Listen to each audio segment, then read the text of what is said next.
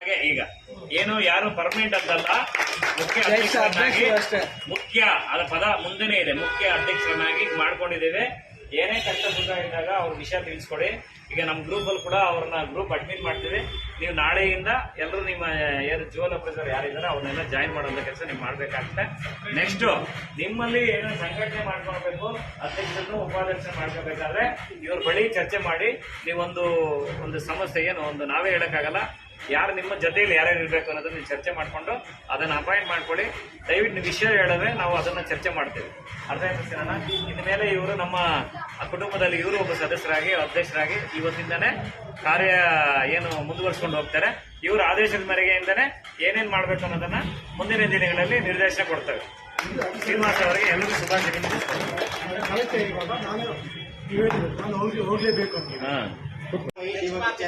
శనివారం కంటే ప్రయత్నం చేద్దాం. సోమవారం మళ్ళీ పోయి డివోడ్ చేస్తాం.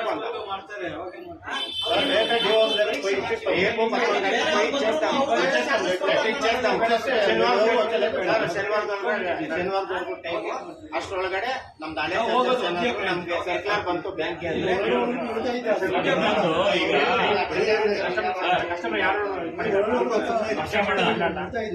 ಈಗ ನಮಗೇನಾಗಿದೆ ಅಂದ್ರೆ ಇಲ್ಲಿ ಕಷ್ಟ ಬಂದಾಗ ವೆಂಕಟರಮಣ ಕಷ್ಟ ಬಂದಾಗ ವೆಂಕಟರಮಣ ಅನ್ನೋದು ಒಂದು ಸ್ವಜಾತಿ ಬುದ್ಧಿ ನಮ್ದು. ಕಷ್ಟ ಬಂದಾಗ ಮಾತ್ರ ಚರ್ಚೆ ಮಾಡ್ತೀವಿ ಅಷ್ಟೇ. ನೀವು ಈಗ ಅಣ್ಣವ್ರು ಹೇಳಿದ್ರು ಒಗ್ಗಟ್ಟಾಗಿದ್ರೆ ಮಾತ್ರ ಅವ್ರಿಗೊಂದು ಮನವಿ ಪತ್ರ ಕೊಡೋಣ, ಒಗ್ಗಟ್ಟಿಲ್ಲ ಅಂದಾಗ ಅದ್ರ ಬಗ್ಗೆ ತಲೆ ಕೆಡ್ಕೊಳ್ಳೋದು ಬೇಡ ಅಂತ ಹೇಳಿದ್ರು. ಯಾಕೆಂದ್ರೆ 1 by 1 ಮಾಡಿದಾಗ ಏನಾಗ್ತದೆ ಅಂದ್ರೆ ಟಾರ್ಗೆಟ್ ಮಾಡ್ತಾರೆ. ನಮ್ಮನ್ನ ಆಲ್ರೆಡಿ ಟಾರ್ಗೆಟ್ ಮಾಡ್ತಾ ಇದ್ದಾರೆ, ಅದನ್ನ ನಾವು ಕೇರ್ ಕೂಡ ಮಾಡ್ತಾ ಇಲ್ಲ. ಟಾರ್ಗೆಟ್ ಮಾಡಿದಾಗ ಏನಾಗುತ್ತೆ, ಒಂದು 10 ಬ್ಯಾಂಕ್ ಕೊಡ್ತೀನಿ ನಿಮಗೆ, ನೀವು ಹೋಗ್ಬಿಡಿ, ಅವ್ರು ಬೇಡ ಅಂದ್ರೆ ನಿಮ್ಗೆ ಆಸೆ ಹುಟ್ಬಿಡ್ತದೆ. ಆಸೆ ಹುಟ್ಟಿದಾಗ ಅಯ್ಯೋ ಎಲ್ಲ ನಾನು ಒಬ್ಬನೇ ಬದುಕಬೋದಲ್ಲ ಅನ್ನೋದು ಕೂಡ ಕೆಲವರಿಗೆ ಆ ಆಸೆ ಇರುತ್ತೆ. ಫಸ್ಟ್ ನೀವು ಒಗ್ಗಟ್ಟಾಗಿ, ಅದೇ ಒಗ್ಗಟ್ಟಿನ ಮಾತ್ರ ನೀವು ಯಾವತ್ತು ನೀವು ಪ್ರದರ್ಶನ ಮಾಡ್ತೀರೋ ಆವಾಗ ನಾವು ಏನೇ ಮಾಡಬೇಕು ಅಂದಾಗ ಸಕ್ಸಸ್ ಆಗ್ತದೆ. ಅರ್ಥ ಆಯ್ತಲ್ಲ ಸರ್? ಏನೋ ಒಬ್ಬರು ಸ್ವಾರ್ಥಕ್ಕೆ ಎಲ್ಲರನ್ನೂ ಬಲಿ ಆಗೋದಕ್ಕಿಂತ ಅದೇನು ಎದುರುಗಡೆ ಬಂದು ನಮ್ಗೆ ಹಿಂಗಿದೆಯಪ್ಪ ಅಂತ ಕಷ್ಟ ಬಂದಾಗ ಎಲ್ಲರೂ ಬಂದು ಹೇಳ್ತಾರೆ. ಅದನ್ನ ಬಿಟ್ಟು ನಾವೆಲ್ಲ ಒಗ್ಗಟ್ಟಾಗಿದ್ದೀವಿ ಅನ್ನೋ ಪ್ರದರ್ಶನ ಮಾಡಿದಾಗ ಒಂದು ರಿಕ್ವೆಸ್ಟ್ ಕೊಡಿ. ಫಸ್ಟ್ ಆರ್ಡರ್ ಮಾಡಕ್ ಹೋಗ್ಬೇಡಿ, ಯಾಕಂದ್ರೆ ಒಂದು ಸಂಸ್ಥೆಗೆ ನಾವು ಆರ್ಡರ್ ಮಾಡೋ ವ್ಯಕ್ತಿಗಳಲ್ಲ. ಏನಿದ್ರು ಕೂಡ ರಿಕ್ವೆಸ್ಟ್, ಫಸ್ಟ್ ರಿಕ್ವೆಸ್ಟ್ ಕೊಡಿ. ಅದನ್ನ ಅವಾಗ ಅವರು ರಿಕ್ವೆಸ್ಟ್ ನಾವು ಏನನ್ನ ತಲೆ ಬಾಗ್ಲಿಲ್ಲ ಅಂದಾಗ ನೆಕ್ಸ್ಟ್ ಸ್ಟೆಪ್ ಇರುತ್ತೆ, ಏನ್ ಮಾಡಬೇಕು ಅನ್ನೋದನ್ನ ಕೂತ್ಕೊಂಡು ಚರ್ಚೆ ಮಾಡೋಣ. ಈಗ ಬರೀ ಬೆಂಗಳೂರಲ್ಲಿ ಇದ್ರೆ ಮಾತ್ರ ಆಗಲ್ಲ ಸರ್, ಎಲ್ಲರೂ ಸೇರ್ಲೇಬೇಕಾಗತ್ತೆ. ಕೆಲವು ಟೈಮ್ ಬಂದಾಗ ಕಷ್ಟ ಬಂದಾಗ ಎಲ್ಲರೂ ಸೇರ್ಕೊಳ್ಬೇಕಾಗ್ತದೆ. ನಾವು ಜನಸಂಖ್ಯೆ ತೋರಿಸ್ಬೇಕಾಗ್ತದೆ. ಇಲ್ಲಿ ಓನ್ಲಿ ಆಗಲ್ಲ, ಸೇರ್ಕೊಂಡ ಸಂಖ್ಯೆ ತೋರಿಸಿದ್ರೆ ಮಾತ್ರ ಗೊತ್ತಾಗುತ್ತೆ. ಎಲ್ಲರೂ ಒಂದಾಗಿ ಏನೋ ಒಂದು ಮಾಡಿ ಅಂತ ಪ್ರೆಷರ್ ಕೊಟ್ಟಾಗ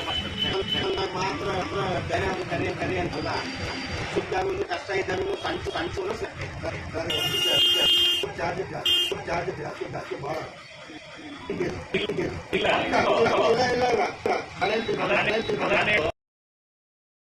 ಹಾಕೊಳ್ಳೋದು ರೂಲ್ಸ್ ಇದ್ದೇ ಇರುತ್ತೆ. ಅದು ಹೊಸಾನೇ ಬರ್ತದೆ. ಯಾವ ತಗೊಂಡ್ ಬರ್ತೀರೋ ಅವಾಗ ಬದಲಾವಣೆ ಚಾನ್ಸಸ್ ಇರುತ್ತೆ. ಇಲ್ಲ ನಡೆದ ನೋಡೋದ್ರ ಪ್ರಕಾರ ಕೆನರಾ ಬ್ಯಾಂಕ್ ಅಯೋಮಿತಿ ಇರ್ಲಿಲ್ಲ, ನನ್ನ ಇರ್ಲಿಲ್ಲ.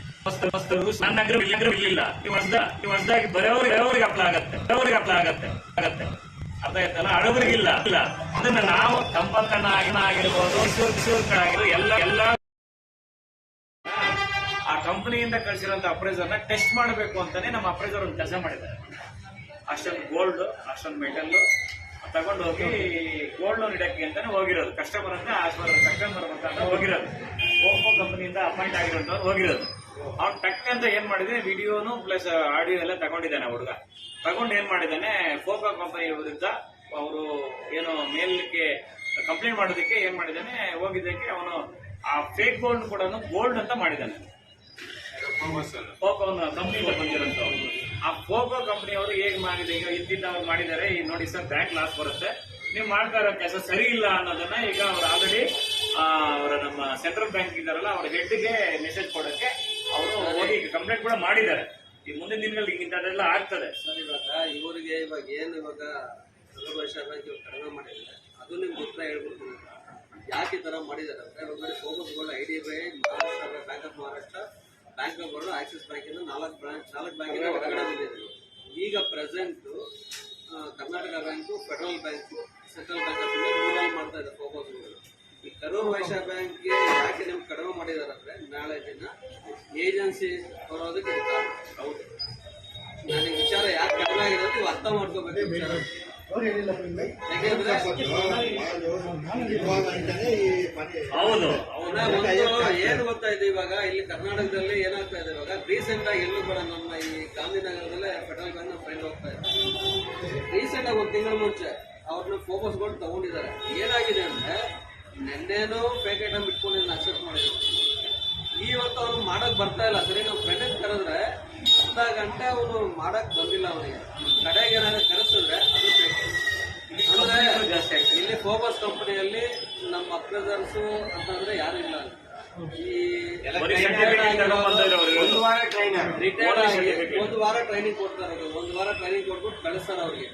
ನಾವಾದ್ರೂ ಒಂದು ದಿನಕ್ಕೆ ಏನಿಲ್ಲ ಒಂದು 10 ಅಕೌಂಟ್ ಮಾಡೋ ಕೆಪಾಸಿಟಿ ನಮಗಿದೆ. ಒಂದು 1 ಅವರ್ 2 ಅವರಲ್ಲಿ ಅವರು ಒಂದು ಅಕೌಂಟ್ 3/4 ಅವರ್ ಮಾಡ್ತಾರೆ. ನಾನೇ ನೋಡಿದ್ದೀನಿ, ನಮ್ಮ ಬ್ಯಾಂಕಲ್ಲಿ ನಾನೇ ನೋಡಿದ್ದೀನಿ. ಅಂದ್ರೆ ಅವ್ರಿಗೆ ಬೇಕಾಗಿಲ್ಲ, 15,000 ರೂಪಾಯಿ ಸ್ಯಾಲರಿ ಫಿಕ್ಸ್ ಮಾಡ್ತಾರೆ ಅಷ್ಟೇ. ಅವ್ರಿಗೆ 1 ಲೋನ್ ಮಾಡೋರು 15,000ನೇ, 10 ಲೋನ್ ಮಾಡೋರು 15,000ನೇ. ಅದಕ್ಕೆ ಏನ್ ಮಾಡ್ತಾರೆ, ತಲೆ ಕೆಡಿಸ್ಕೊಳ್ಬೇಕು. ಇವಾಗ ಫ್ರಾಡ್ ಮಾಡಿದ್ರೆ ಇವ್ರು ಚಾರ್ಜಸ್ ಬಗ್ಗೆ ಹೇಳಿ.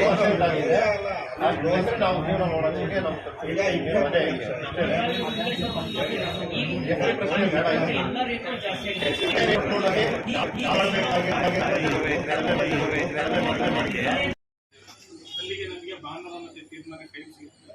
ಸೋಮವಾರದಿಂದ ಅವ್ರು ಯಾವ ರೀತಿ ಅವರು ಹೆಚ್ಚು ಕಡಿಮೆ ಅವರಿಗೆ ಒಂದು ಅವಕಾಶ ಸಿಗುತ್ತೆ. ನಾವು ನಾಳೆ ಬೆಳಗ್ಗೆ ಕೊಟ್ಟರೆ ನಾಳೆ ಸಂಜೆ ಒಳಗೆ ಅವ್ರ ಗಮನಕ್ಕೆ ಹೋಗಿ ಹೋಗುತ್ತೆ. ಸಂಜೆ 5 ಗಂಟೆ 6 ಗಂಟೆಗೆ ಹೋಗುತ್ತೆ. ಅವರಿಗೆ ಶನಿವಾರ ಭಾನುವಾರ 2 ದಿನ ಟೈಮ್ ಸಿಗುತ್ತೆ. ಸೋಮವಾರ ಅವರನ್ನು ಕಾರ್ಯರೂಪಕ್ಕೆ ಏನು ತರ್ತಾರೆ ಅಂತ ಗೊತ್ತಾಗುತ್ತೆ.